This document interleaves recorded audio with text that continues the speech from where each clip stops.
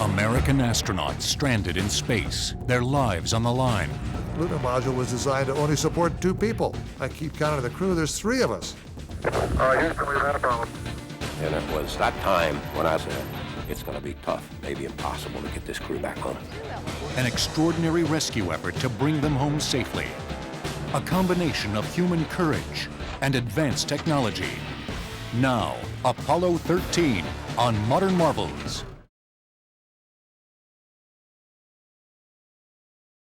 17, guidance release, 15, 14, 13, 12, 11, 10, 9, 8. Ignition sequence has started. 6, 5, 4, 3, 2, 1, 0. We have commit and we have liftoff at 2:13. April 11th, 1970. Apollo 13 takes to the heavens. The thunder of the Saturn V rocket's 5 F-1 engines generating 160 million horsepower. To shoot for the moon requires raw power. The Saturn V rocket is 363 feet tall, 60 feet higher than the Statue of Liberty, including its pedestal, and weighs 13 times as much as the statue itself. Lifted into Earth orbit at 17,500 miles per hour is the mission's 3-man crew. Commander James Lovell, Lunar Module Pilot Fred Hayes, and Command Module Pilot John Swigert. Apollo 13 would be the first mission to make a difficult lunar landing in rugged terrain. Back in 1969, Apollo 11 made history in the Sea of Tranquility. The first lunar landing, a moonwalk by Neil Armstrong and Edwin Aldrin Jr. Apollo 12 featured 2 more moonwalks, this time in the ocean of storms. Both missions, however, touched down on relatively flat portions of the lunar surface. Apollo 13 was to land in the mountainous region of the Fra Mauro Highlands, whose rocky surface scientists believed held clues to the birth of not only the moon, but of the entire solar system. Here on the Earth, we don't have any of that original rock. And the reason is because all the erosion techniques that are happening every day on this planet. And so this was a chance to get in and see if we could find some of that original primordial rock. Apollo 13 was going to be my last flight. I thought this would be a great accumulation of a space flight career. So I was looking very anxiously to land in the Highlands, which had not been done before. 12 minutes and 39 seconds into the flight, Apollo 13 is inserted into Earth orbit. Back at Mission Control in Houston, Apollo 13 is in the capable hands of Flight Director Gene Kranz. The square-jawed ex-Korean War aviator is known for his unshakable sense of organization and command. The flight director's job description is incredibly simple. It says, the flight director may take any action needed for crew safety and mission success. Early in the mission, Kranz faced several minor glitches. An engine failure in the second stage booster raised concerns about the fuel supply. And even before that, an 11th hour personnel change sent ripples of insecurity through Mission Control. 1 week earlier, the crew was exposed to German measles, and doctors found Ken Mattingly, the designated command module pilot, had never had the measles before and therefore was not immune. When you've worked on something, it's been your goal for many years, and you've worked on this particular flight for over a year, and there isn't a long line of repeat opportunities. I had a good case of feeling sorry for myself.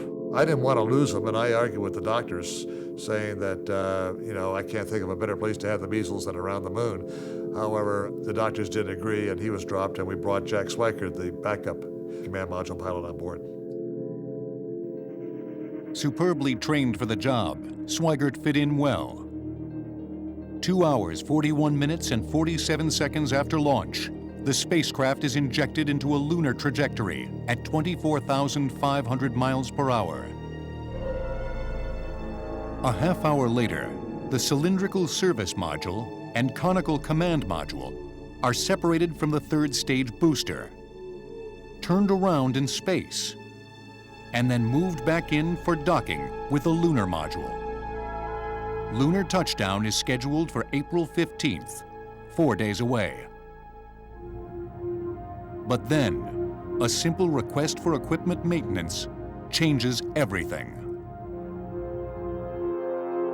Oxygen and hydrogen are kept on board in a supercooled state, minus 340 degrees Fahrenheit.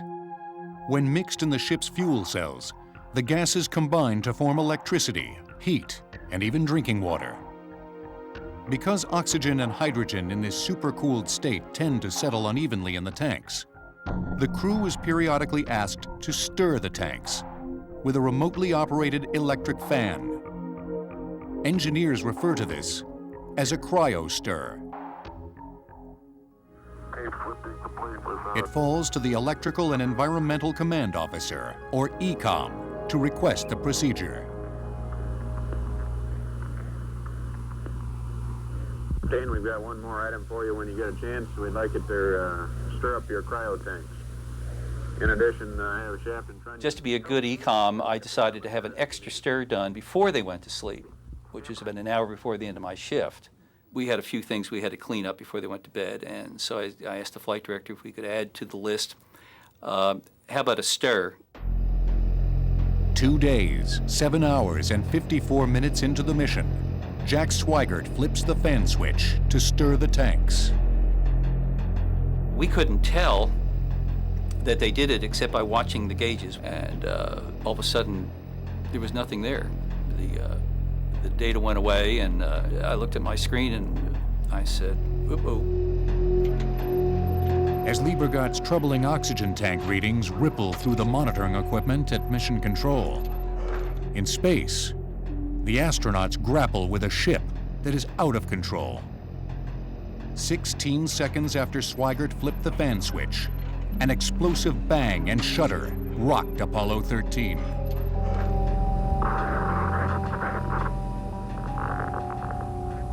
We had a pretty large bang associated with the caution and warning now. Lights coming on, noise all over, jets trying to fire to stabilize the spacecraft. We didn't know what happened. I'd be less than candid if I didn't admit that I felt that gorge coming up, and you go into panic. For me, at least, it took a supreme effort, conscious effort, to push that down and pay attention to the problem. We will not lose this crew. Don't ever consider it, because if you even let that move in the smallest fashion into your mind, you're going to start compromising the direction you need to make the right things happen. So think positive, make things happen. For the first 60 seconds, the voice loops were literally chaotic because so many reports were coming in as the controllers would see jets firing and they'd see the electrical problem progress through other elements of the system.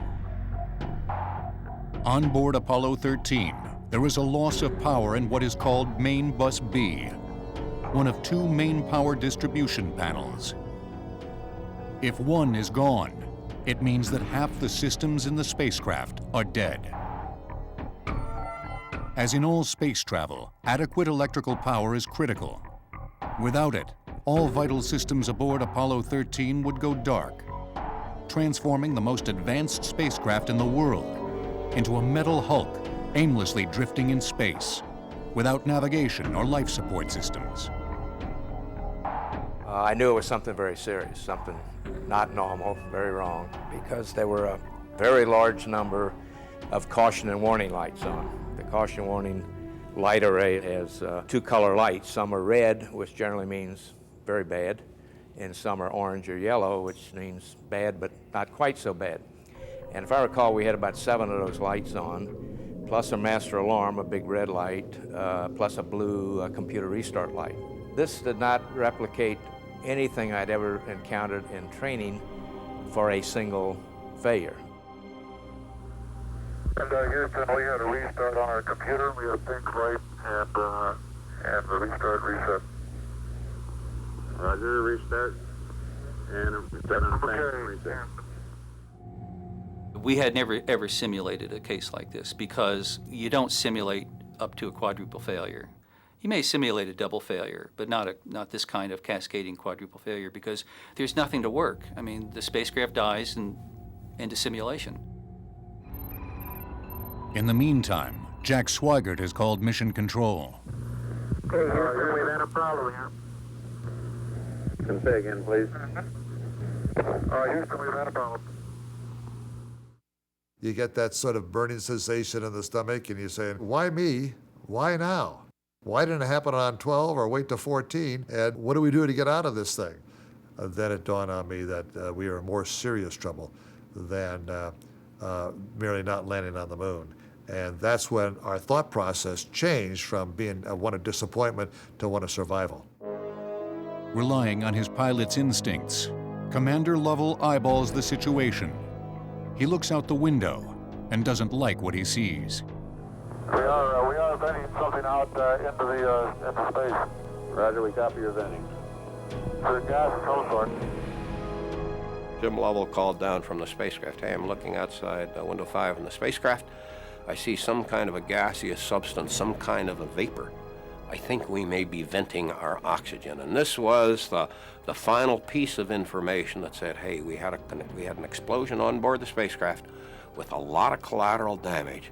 And now this is not a mission that's going to go to the moon. This is a mission of survival. And it was that time when I looked into the eyes of the Tiger and said, it's going to be tough, maybe impossible to get this crew back home. Confronted with a multiple failure they've never experienced before, and evidence of a catastrophic explosion in space, a grim mood of determination settles over the launch controllers at Mission Control. 2 days, 8 hours, 33 minutes into the mission, Apollo 13 is stranded in space. Those on the ground and up above can't help but think of the darkest chapter in NASA's recent past. In 1967, during a ground rehearsal before the first Apollo mission, an explosive fire killed all 3 men aboard. Virgil Gus Grissom, Edward White, and Roger Chaffee lost their lives on the launch pad when a fire broke out inside the cabin and spread rapidly in the concentrated oxygen environment. In January of 1967, we had the horrendous Apollo 1 fire, and I think it was a prime year to demonstrate what happens when you push for a goal so hard that you become blind, in some ways complacent to the dangers. Thousands of changes were made to the Apollo spacecraft, and I think a lot of people consider today that those 3 guys did not give their lives in vain.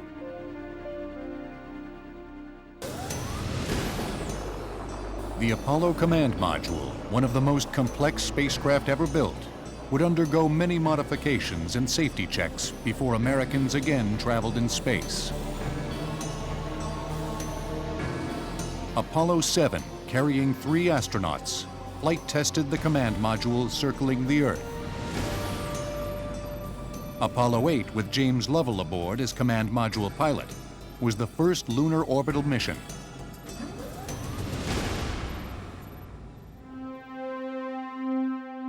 The world was awed by the crew's stunning images of the moon and our own small blue planet, and moved by their readings from the Bible's book of Genesis. God said, let the waters under the heaven be gathered together into one place, and let the dry land appear, and it was so. And God called the dry land earth, and God saw that it was good. And from the crew of Apollo 8, God bless all of you on the good earth. Apollo 9 was a dry run for the lunar module, the engineering miracle which would eventually allow astronauts to touch down on the moon. Okay, we're nice and stable with respect to you. It's a nice looking machine. So is yours. Apollo 10 again went to the moon, this time for an orbital run-through. It was followed by the twin triumphs of Apollo 11 and 12. The Apollo 13 mission was thwarted before it got to the moon.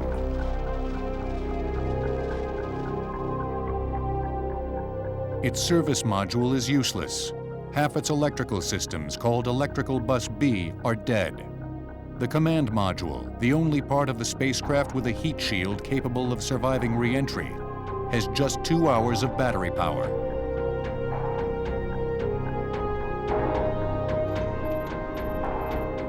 Back at Mission Control, Flight Director Gene Kranz knows he has only one real option to bring the crew home: use the lunar module as a lifeboat.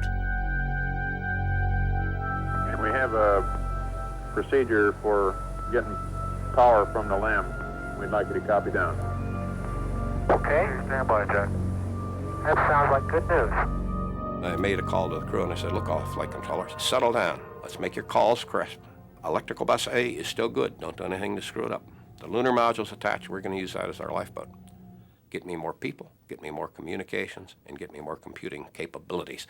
And this was what I would say the turning point in the fight to save the crew.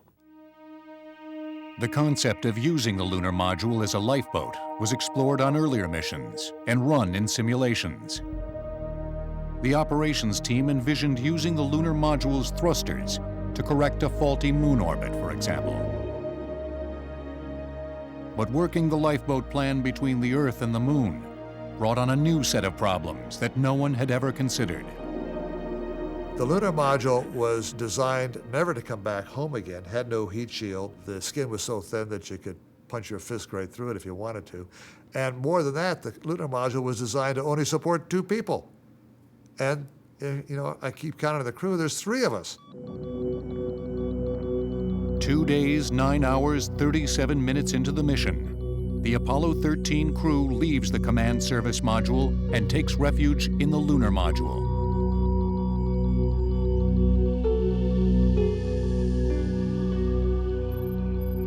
To save fuel and electricity, Mission Control opts for what is called a free return trajectory.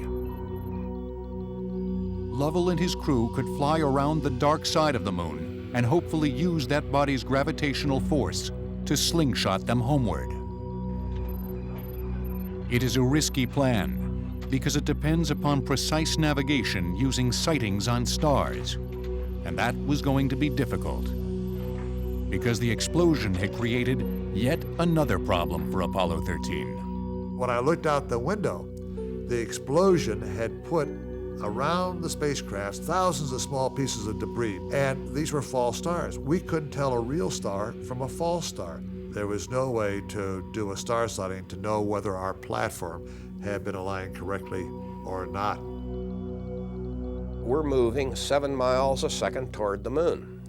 And this debris cloud actually is moving along with us. And until we perform a maneuver to get away from that debris, it's going to be with us. Mission Control's solution was to use the only celestial bodies visible to the crew and attempt to set a course by them. They found features on the sun, the Earth, and the moon that could be easily recognized by the crew and could be essentially established as a point source, so that we could use this as the equivalent of a star. As Lovell sights the Earth, Hayes sights the moon through a periscope-like device called the Alignment Optical Telescope. If the alignment is good, the Earth and the moon line up in the sights, verifying that the navigational system is on target. And slowly but surely, it was almost like the music from My Fair Lady. You know, I think I've got it, I've got it, I've got it. And then pretty soon, the last puff of the rocket engine and the spacecraft stopped, and the fine alignment on the telescope showed that we were pointing at the sun. And so we said, hey, we're okay. 2 days, 13 hours, and 29 minutes into the mission, the crew fires the lunar module descent engine to begin the free return flight path. Running the ship on reduced power means the living conditions are difficult.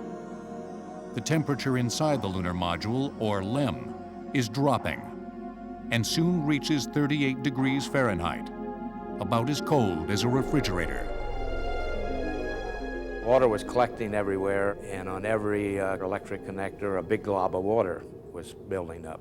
After a day, all three of us huddled in the LEM, which in a way, I guess, helped just mutual body warmth.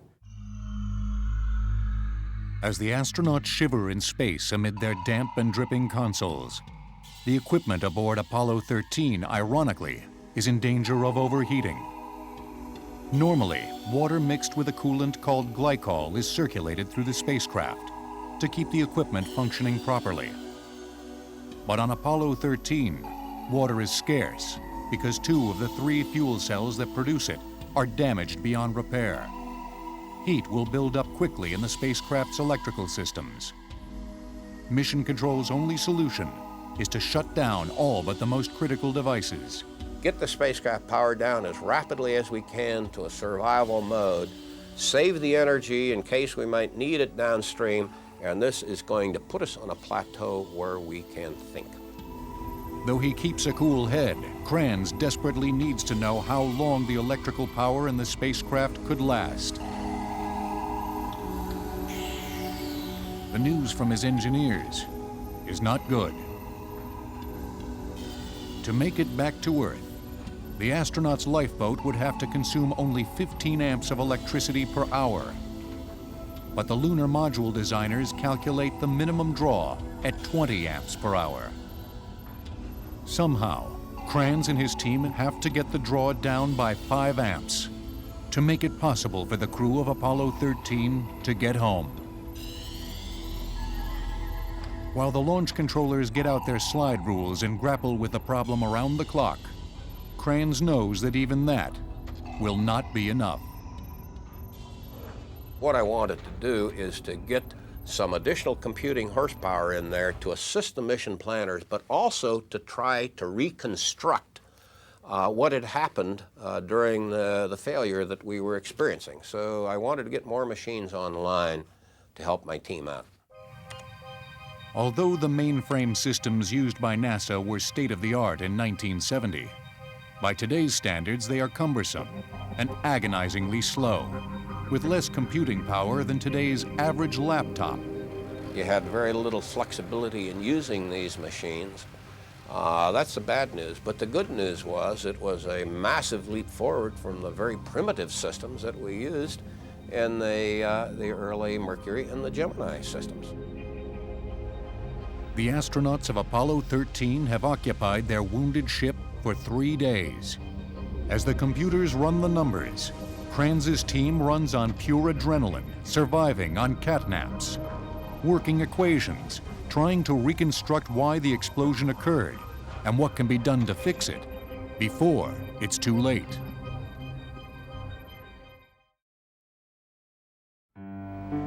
At the time of the Apollo 13 mission, many Americans had become somewhat complacent about spaceflight. But with word of trouble in space, the mission becomes big news. People everywhere are glued to their televisions for the latest bulletin. Newspapers carry banner headlines. Never before has a NASA failure been paraded around the world so nakedly and for so long. Spaceflight is also difficult for those left behind, the astronauts' loved ones and families. Surviving on whatever news NASA lets out, they want to know if their husbands, fathers, and friends are all right, and what their chances are of making it back alive. Marilyn Lovell, wife of Commander James Lovell, must contend with hordes of reporters knocking on her door with questions that she can't answer. Are they going to get home? Are they going to hit the Earth? Are they going to miss the Earth? Are they getting poisoned? You know, are they going to run out of oxygen? All these things sort of grow on the families. It's a much worse situation for those on the ground with their expectations of hearing that you've made it through, because literally they are helpless to be able to do anything during that period. In space, the men of Apollo 13 could only watch the blue marble of the Earth drift away and imagine what might have been had they made their mark on the gray mystery drifting by below them. like the others who were there first. During Apollo 13's silent transit around the backside of the moon, the astronauts are out of contact with Earth tracking stations for 24 minutes and 35 seconds. Emerging on the other side, lunar gravitational force redirects their trajectory homeward. Mr. Krantz, can you tell us what sort of physical discomfort the crew is in at the moment? We're trying to work up some kind of a crew rest cycle right now to give them all an adequate amount of rest between now and the possible mid-course correction at 104 hours. Art Schneider. While those on the ground watch and worry, they cannot guess how the cold and damp conditions inside the lunar module take their toll on the crew. Fred Haise is the first victim, falling ill with a bladder infection. I didn't realize it at first. He tried to keep it quiet for a while, but pretty soon his teeth started chattering, and he was getting quite sick. Probably caused by the climate, severe cold, getting tired. We didn't drink enough water, but that combination of things allowed this bug to pick me out as the weakest one of the three. As Fred Haise's condition gets worse, there was another crisis growing in intensity. The Apollo 13 crew was at risk of poisoning themselves with every breath. One of the things that had to be contended with was the carbon dioxide buildup in the spacecraft from the crew expiration of their breath. And yes, it was anticipated to become a problem. With each breath in, the crew draws precious oxygen into their lungs. With each breath out, they expel carbon dioxide, a deadly substance in sufficient quantity. Normally, the waste carbon dioxide is removed by passing it through lithium hydroxide crystals, packed in cylindrical canisters. But the onboard supply of those canisters is running dangerously low. A group of engineers recognized that we would eventually run out of these cylindrical canisters that we use to clean the carbon dioxide out of the air. But they also recognized we had plenty of square canisters over in the command and service module that weren't going to get used. We literally had square pegs and round holes. The different contractor built the system in the command module, used little cubical lithium hydroxide canisters, and because of design considerations in the lunar module, they made them cylindrical. So they came up with the idea of fabricating an adapter made out of the cardboard cover of the flight plan, the plastic bag that they had their lunar suits in. We used a sock as a filter, and then some duct tape and a hose, and we fashioned this adapter and tested it in the laboratories. And then the engineers actually brought it in mission control so we could see what it looked like. Then we wrote the procedures, now that we knew what it looked like, on how told the crew how to make this device. Shaking their heads with amusement and using a lot of duct tape, the crew constructs a makeshift air purifier with the odd assortment of parts dictated by mission control. But it worked perfectly. As soon as we had it in place and had the air flowing through this jury-rig canister, we saw that the partial pressure of carbon dioxide started to decrease. The jury-rigged adapter buys the crew more time, yet their most difficult challenges lay ahead. As their cold, dark spacecraft rapidly approaches Earth at 7,212 miles per hour, back on the ground, flight controllers are laboring to come up with a way to bring the ship's electrical systems back online and bring Apollo 13 back to life without causing irreparable damage to the lifeboat, the crew's only hope.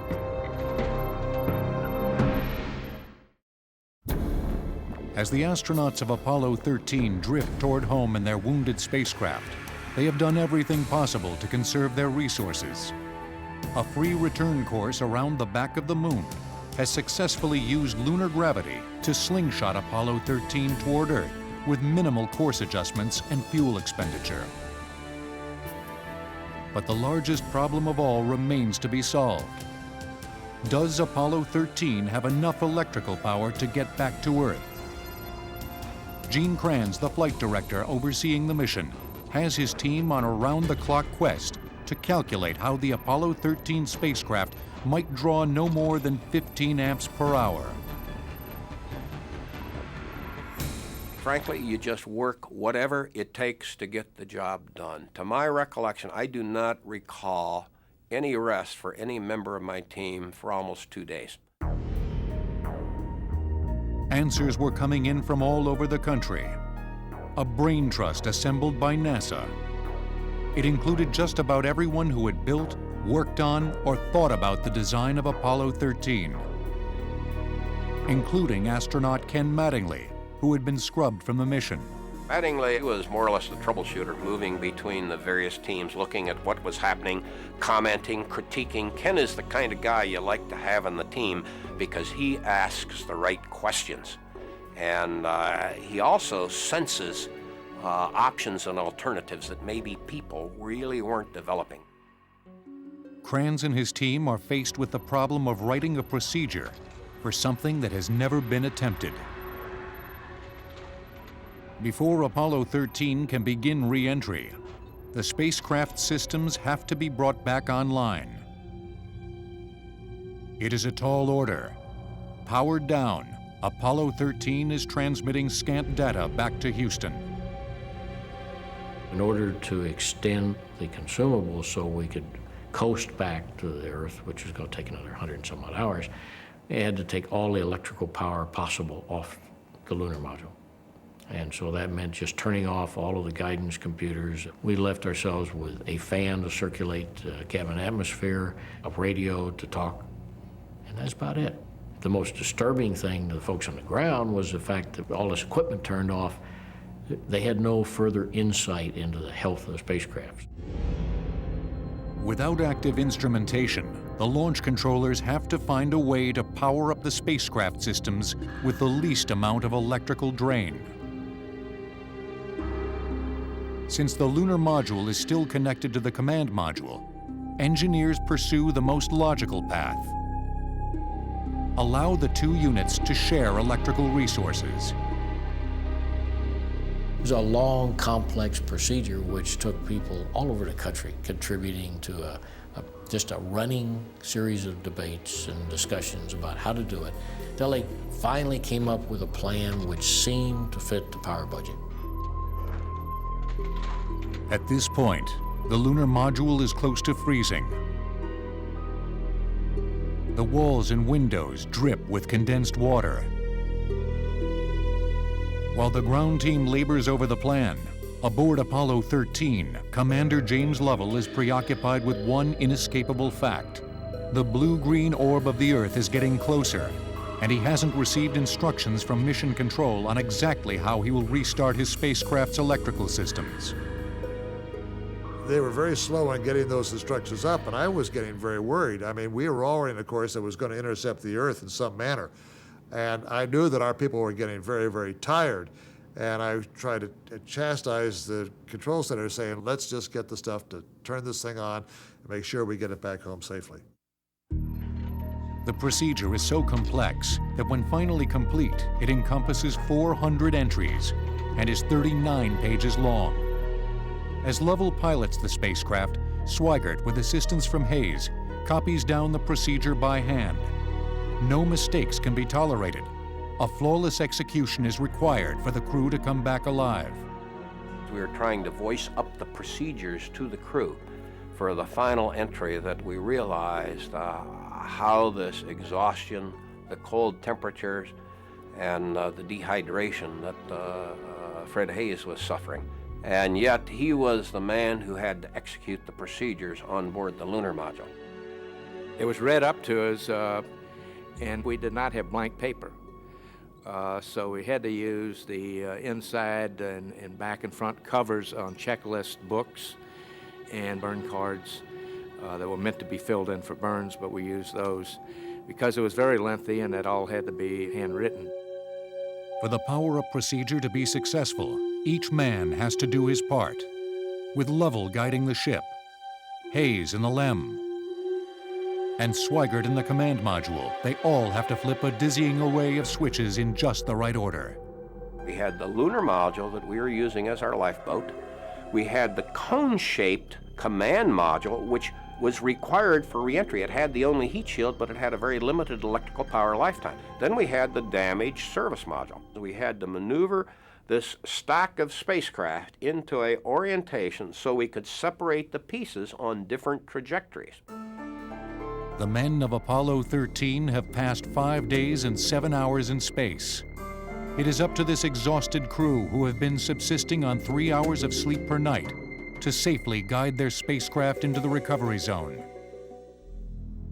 We have to come inside a 2-degree pie-shaped wedge that comes down to the atmosphere. No less than 5.5 degrees, no greater than 7.5 degrees. We had to thread ourselves inside that atmosphere for a safe landing. If we come in too shallow, we skip out like skipping a stone on water. If we come in too steep, the sudden deceleration makes us a fiery meteor for a few brief seconds, and that would be it. The timeline is getting tighter. The crew's recovery window is small, and as it happens, nature is not on their side. A typhoon is developing in the recovery area, making the odds even slimmer for the safe return of Apollo 13. The entire Apollo 13 mission hangs in the balance as the crew begins the complex power-up procedure. The job is expected to take 30 minutes to complete. Even though the spacecraft is chilly and damp, thankfully, not one electrical circuit shorts out from condensation on the wires. On the ground, Mission Control watches as the spacecraft systems come back online. Command Module pilot Jack Swigert is as tired as the rest of the crew, but he faces an absolutely critical task. Jack had the critical thing of throwing the right switch, so he got rid of the service module so he wouldn't also get rid of Fred and I on the lunar module. He taped a little thing on the lunar module jettison switch saying no, so that he wouldn't throw that one when Fred and I were in there. Swigert throws the right switch, and the service module is detached. Despite their fatigue and Fred Hayes' high fever, the crew completes the entire procedure in just 21 minutes. The crew watches amazed as the service module drifts away in space, 39,529 miles from Earth. And there's one whole side of that spacecraft missing. Is that right? Right by the high gain antenna, the whole panel is blown out, almost from the base to the engine. Copy that. While the lunar module is okay, for the first time it is clear how much damage to the service module has been caused by the explosion. Back at Mission Control, there is more bad news. The spacecraft is drawing 2 more amps than it ought to. Tolerances are so tight that Apollo 13 might run short of electrical power just when it's needed most. Added to that concern is the knowledge that the spacecraft has drifted off course. It was dicey all the way to the very end. The Navy came in and said, we have a typhoon developing in the Pacific just off Samoa, where we're bringing spacecraft back to, and they were really looking at seeing if we could change our landing point any. But that is when we determined that we were actually not on the proper return path. As we're now approaching the Earth's atmosphere, we're only about 8 hours out. The trajectory people come in and say, hey, flight, we are off our return trajectory again. We have to perform another emergency maneuver to get back in the reentry corridor. The 2 extra amps are vanquished when at Mission Control's instruction, part of Apollo 13's backup navigation system is shut down. Finally, re-entry begins after 5 difficult days in space. When you first hit the atmosphere, the very upper reaches, you're ionizing the air to some degree, so the spacecraft, including the interior, takes on a little white glow. Just think of yourself inside of a neon light bulb. The ionization of air around the command module during re-entry prevents radio contact with Mission Control for a period of about 4 minutes. But during Apollo 13's re-entry, 5 minutes pass with no communication from the crew. Mission Control becomes absolutely silent. All you hear is the noise of the air conditioning and the hum of the electronics, and every eye is on the wall, clocks counting down to 0. When it finally hits 0, you say, Apollo 13, Houston, and you don't get any response. All you hear is static. And you call again, and you call again, and finally, after 1 minute, for the first time in this mission, you're wondering what in the hell happened. But hope is eternal there. You keep calling, and at 1 minute and 27 seconds, you got this call.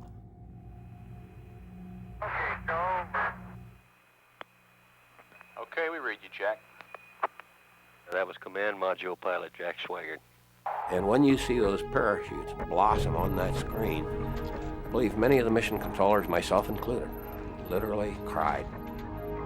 5 days, 22 hours, and 54 minutes into the mission, the command module splashes down within 4 miles of the recovery aircraft carrier.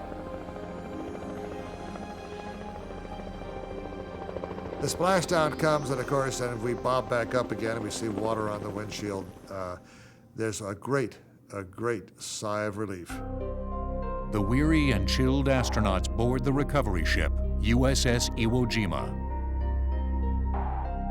The chaplain then turned and he gave a prayer of thanks for the millions and millions of people who prayed for our safe return. Oh Lord, we joyfully welcome back to Earth astronauts Lovell, Hayes, and Swigert. We offer our humble thanksgiving for this successful recovery. Amen. And when that crew hit the carrier deck, and when we handed over our responsibility to the Aircraft Carrier Task Force Commander, then we could celebrate. And that was only then that we could feel this intense release that we had pulled off a miracle. When the astronauts are reunited with their families in Hawaii, President Richard Nixon awards them the Presidential Medal of Freedom. And the world rejoices at the crew's safe return.